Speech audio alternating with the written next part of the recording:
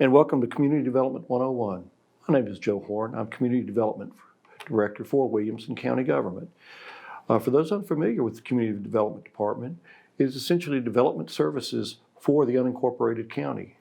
By that I mean we're the folks that tell you how your property's zoned, how to build your house perhaps, how to make sure your property drains, and maybe when sometimes you do something wrong, we have to tell you some things there, but we won't talk about that one today. But most importantly, what I have here for you today is the idea that this is an umbrella department that tries to handle all development services within the unincorporated county. This particular show was put together in conjunction with County Mayor Rogers Henderson's office to sort of give the average citizen a view of what this department does in county government. And so to that end, I'm going to bring in one of our more important people in the department, and that would be Mr. Mark McMillen, who is Director of Building and Codes. Mark, thank you for joining us. Yes, sir, Joe. I appreciate you being here. But tell me a little bit about your department. Okay, our department is Department of Building Codes, which entails the issuance of building permits for new single-family residences, as well as additions, remodels, and accessory structures.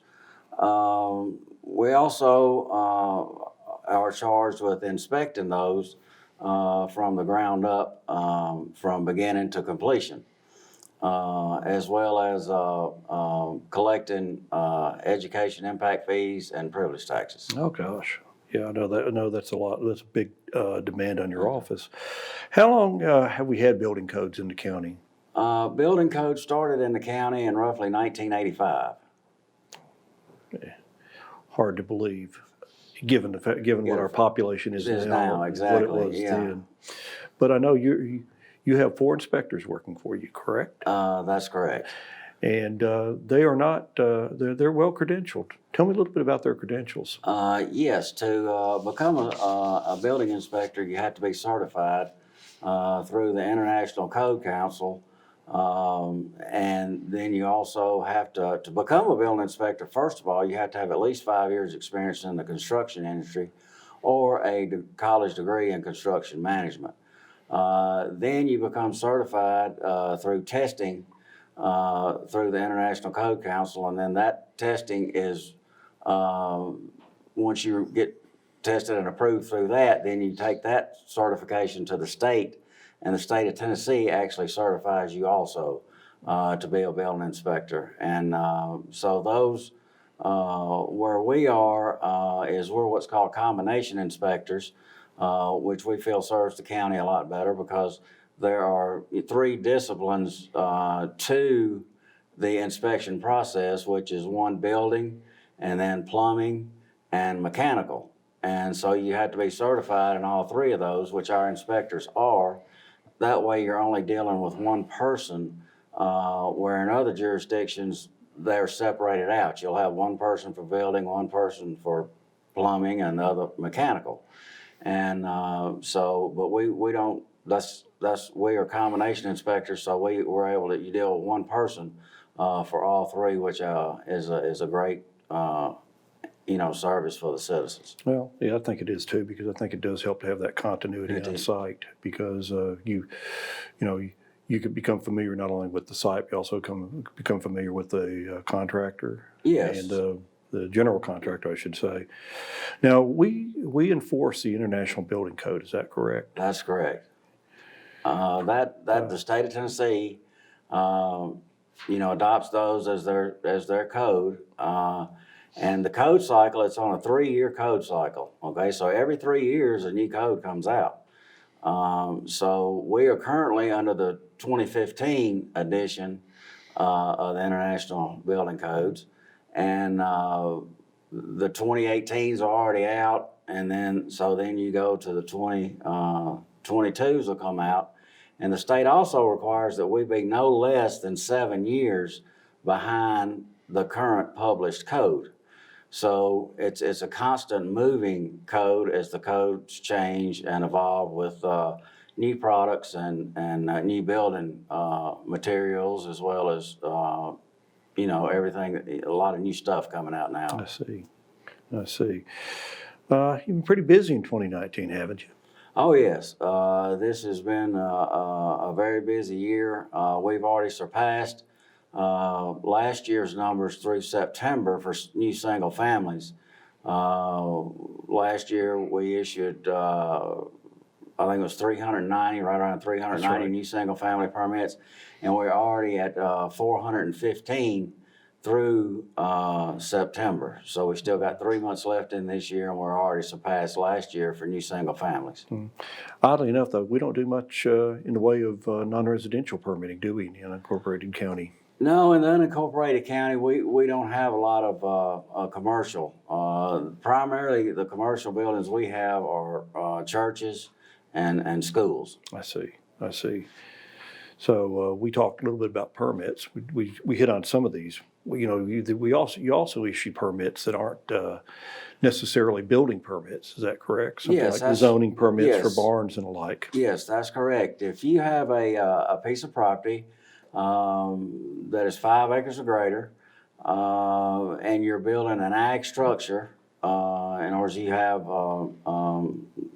cattle, horses, whatever, and you need a barn, then we don't permit those for building permits. We have what we call a zoning permit, and you're allowed to take the ag exemption. The zoning permit doesn't cost you anything, but it lets the county know, as well as citizens around you, that it does meet the setbacks and is a permitted structure.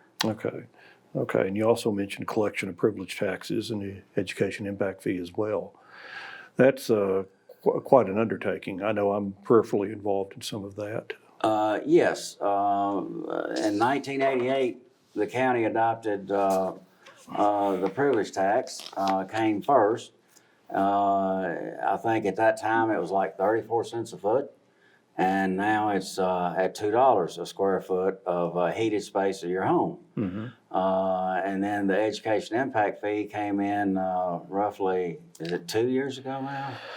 Will be 3 years in March. Okay, 3 years in March. And that fee is it's based on the square footage of your house on a sliding scale.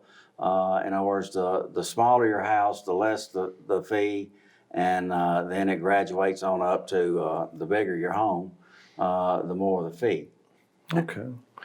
And I know that, as I keep mentioning, it's kind of changed a lot of how busy your department is. I know that. Oh, yes, absolutely.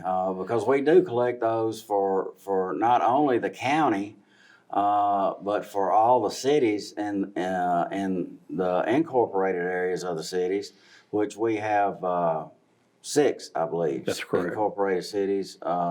So we have to handle all those applications and collect that money as well. And at the same time we started collecting the education impact fee, we also decided we were going to adopt the IDT system for online permitting. So we've been pretty taxing on you folks, I would say. So, yeah, I mean, but it's the IDT system is working well, and it hopefully speeds up the process of getting for the builders to get their fees paid, and in and out the door kind of thing.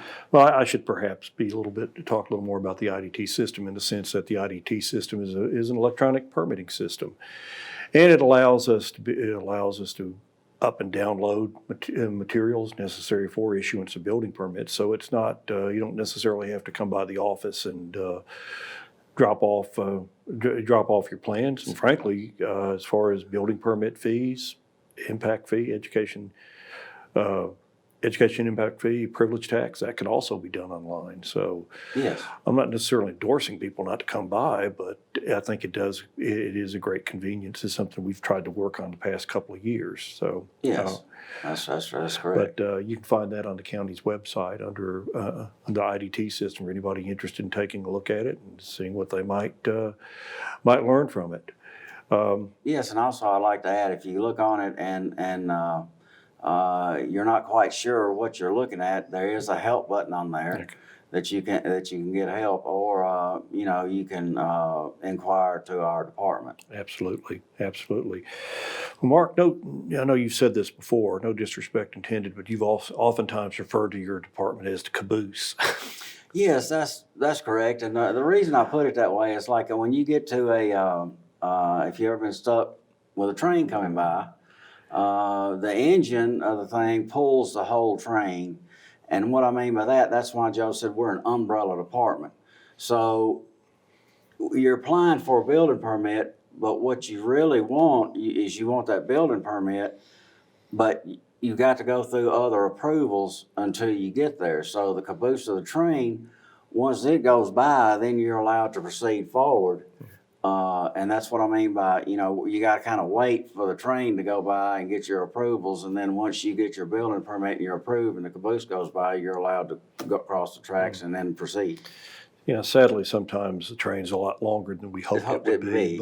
But it's a pretty complex regulatory environment because we do septic tanks. We also do sewer. We also we have lots that are in a subdivision where things are pretty easy to determine what needs to happen next. And then you have large parcels where you're essentially having to design the parameters and where you build during the process. Yes, flood gets into floodplain areas and all that sort of thing with engineering and the other departments that you have here discussing. Yeah. Yeah, in the end, it's just, but the idea though is to try to make sure that when you pull the building permit, you're ready to go with little or no surprises. Exactly. Yes. Yes. Well, we're going to take this in this direction for a few minutes. I know one thing that we have that is, that happens is, not everybody builds a house. Then so there is a process through this, and one thing that I want to point out. And this part is completely unscripted. Is I'm going to risk Mark being a little immodest, but you're a wheel in your organization, or at least you were a wheel on the building official side. Tell me a little about that. Okay, as far as the offices you've held. Yes, I have been the president of the Middle Tennessee Code Officials Association. Which is also, and I was able to get Code Official of the Year back in 2000, and I also was worked with the state, the Tennessee, the whole state organization, and in 2015 I was Code Official of the Year for the state of Tennessee. Oh, very good. Very good.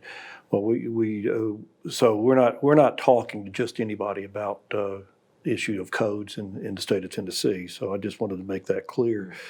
But let's talk a little about building a home. I'm going to cheat a little bit. We're going to jump ahead of a few things because, building a home, it's about having everything where it needs to be, having your water worked out, your sewer worked out, your electricity worked out, and things like that. Let's assume we get there. You have an approved lot. First step, you get a set of house plans. Talk about a little bit what is in a standard set of house plans. Okay, yes, a standard set of house plans includes, of course, your architectural layout or your floor plans. And then it also includes what we call the structural elements of your home. In other words, how it's to be built. And the lumber suppliers usually supply those documents as far as the footing, width, size, and depth. The foundation, is it going to be block, poured walls, then your pier spacing for all your girders and everything for your floor system. And then it continues on up with, the size lumber you're using, it just gives the framing details of it. And that's the most important part of your plans is structural wise, the structural drawings. And that when you have that, that's a typical good set of house plans. Okay, well let me ask this too. But when you get your building permit, it's not just a building permit. There's subparts of the building permit.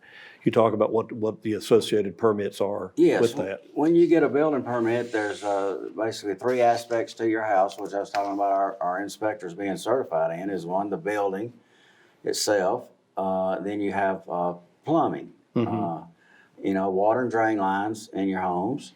And then you also have the heating and air factor, which is the mechanical.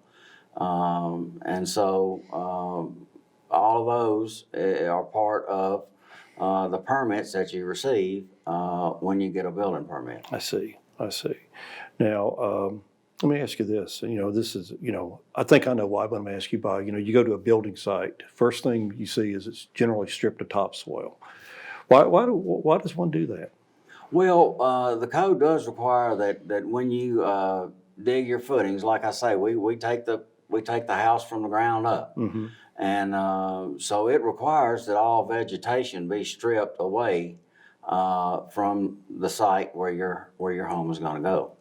Okay. Well, very good.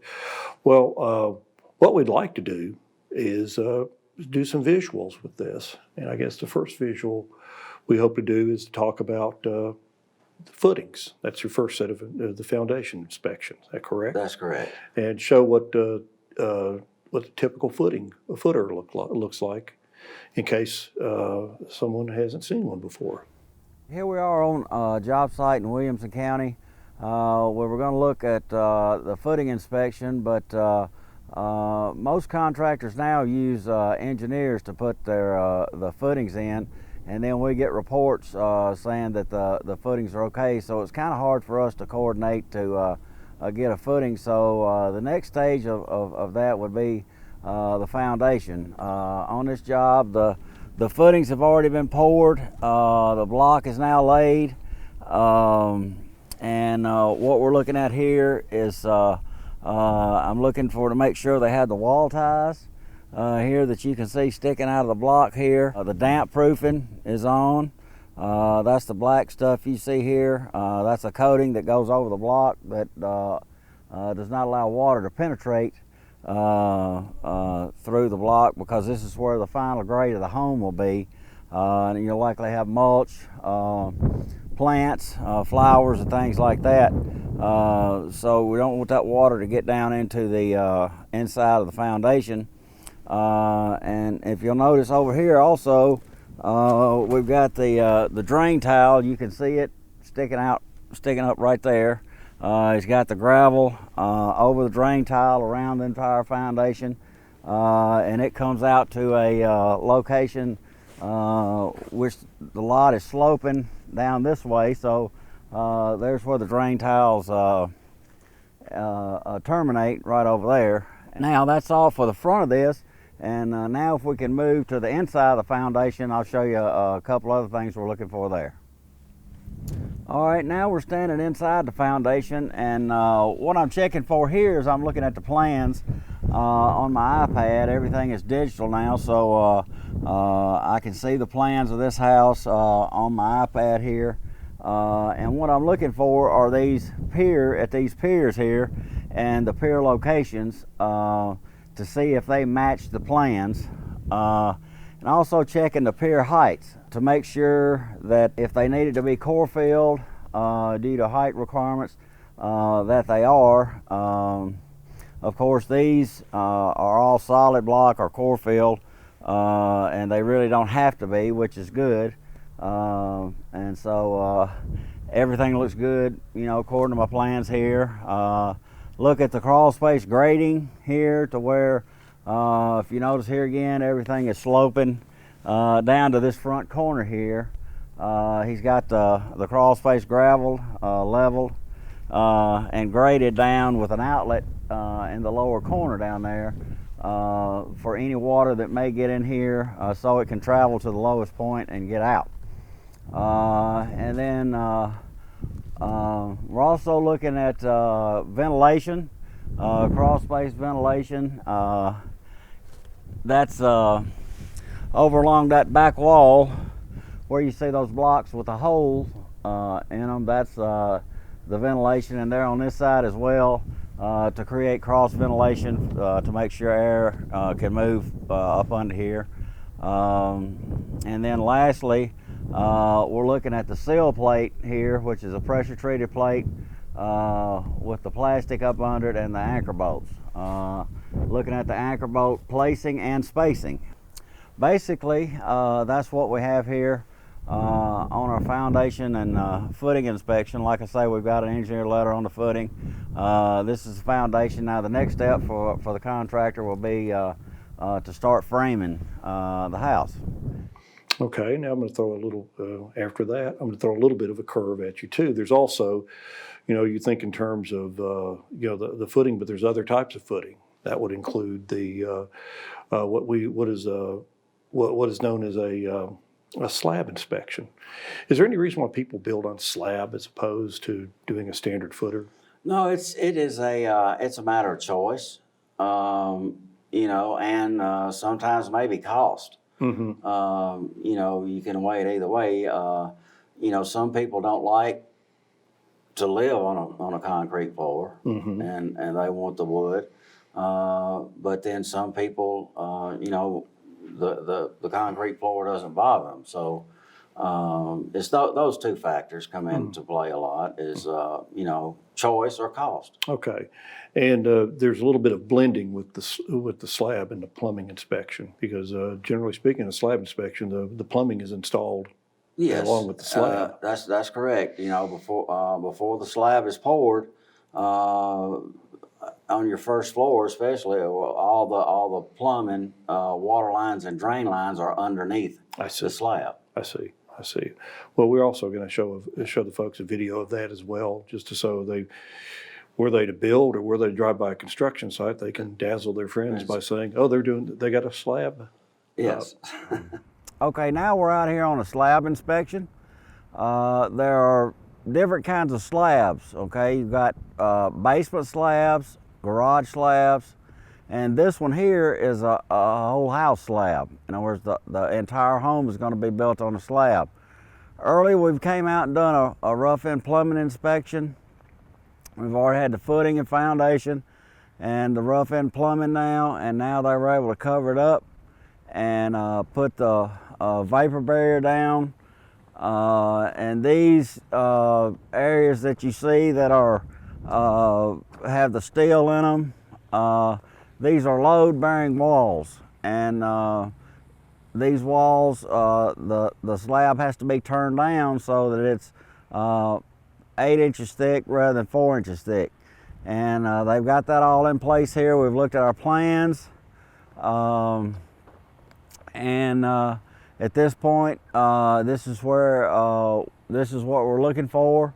All the joints in the vapor barrier have been taped, so it's solid coverage. And this is a slab that's ready to pour now for the entire home. So there we have it. That's our basic slab inspection. And finally, we talk a little bit about framing as well. You placed a lot of emphasis on the lumber packages and such with the framing inspection.